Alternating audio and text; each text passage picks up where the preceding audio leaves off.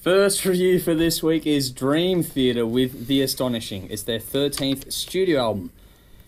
Wait for it. 34 tracks. Over 130 minutes. Even the dogs, both Nala and Fred, are sitting there sighing at this.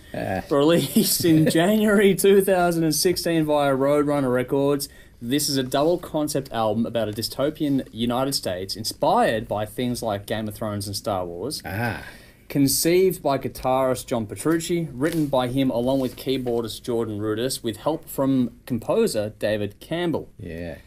Who wants to go first? I'll go first. Go on, Dennis. Dream Theater has always been a bit hit and miss for me. They've done some incredible stuff, which I love, and a lot of not so incredible stuff, which people think is incredible because it's all technical and shit, but music isn't a fucking sport. And a lot of the time, it feels like Dream Theater and their fans especially treat music like it is a sport.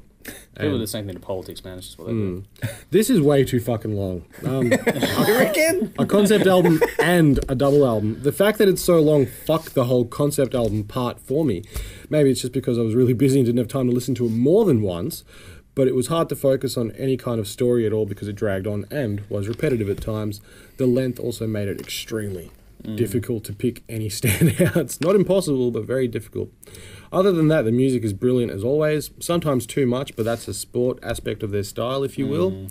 There were parts that reminded me of Pink Floyd's The Wall, like the song 3 Days. That was pretty cool. It's basically a 3-hour-long rock prog metal opera. Yeah. Talented, no doubt, but it ain't no Operation Mindcrime. I will try to give it another listen, but it is indeed way too fucking long. I gave it a 7 out of 10. Standouts were The Gift of Music and The Walking Shadow. Wow.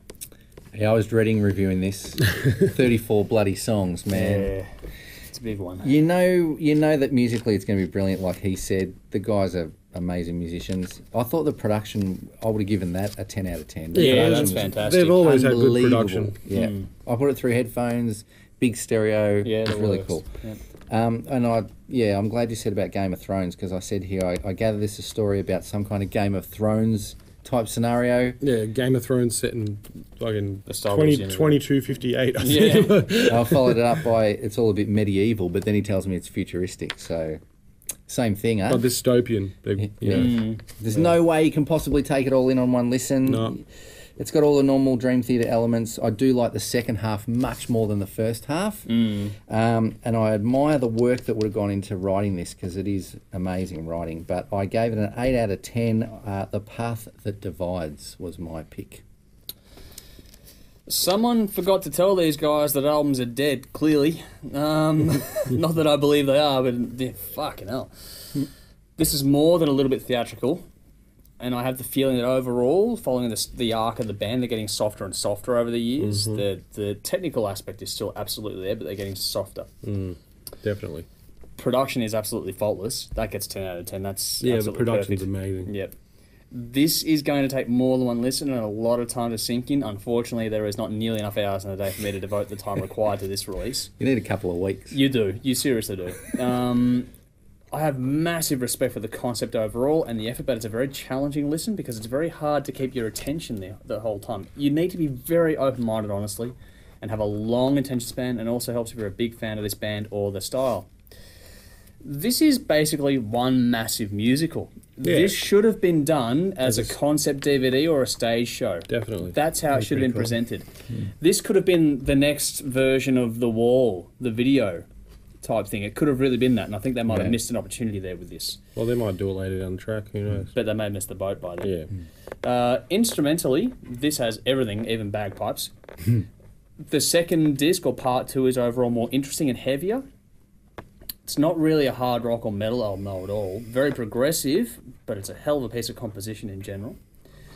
It's going to take a lot more than one listen, like I said. I don't have the time to give to an album If you ever drive to Albury or Shepparton...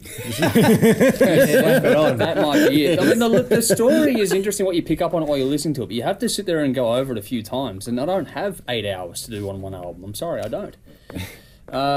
It's an interesting concept that I will revisit. Overall, it was interesting, and the music is good, just not heavy. Credit where it's due, it's one hell of an ambitious project, and they did pull it off. Especially considering the age we're in, where people aren't buying this sort of stuff. Talent is undeniable in this band. Oh, yeah. Check it out for yourself. I'm not going to give any standouts. I'm going to give it a 5 out of 10 for now because I do think it loses a lot of points with just the length of it. Wow. Definitely. Okay. I think that hurts it big time. It actually does more harm than good. It's great that I've gone to this length, but actually expecting people to pay for it and sit through it, Yeah. it's not going to get any new audience at all out of that. Hardcore fans will snap it up, Yeah. but that's probably about it. Yeah. But anyway, I'll give you a taste.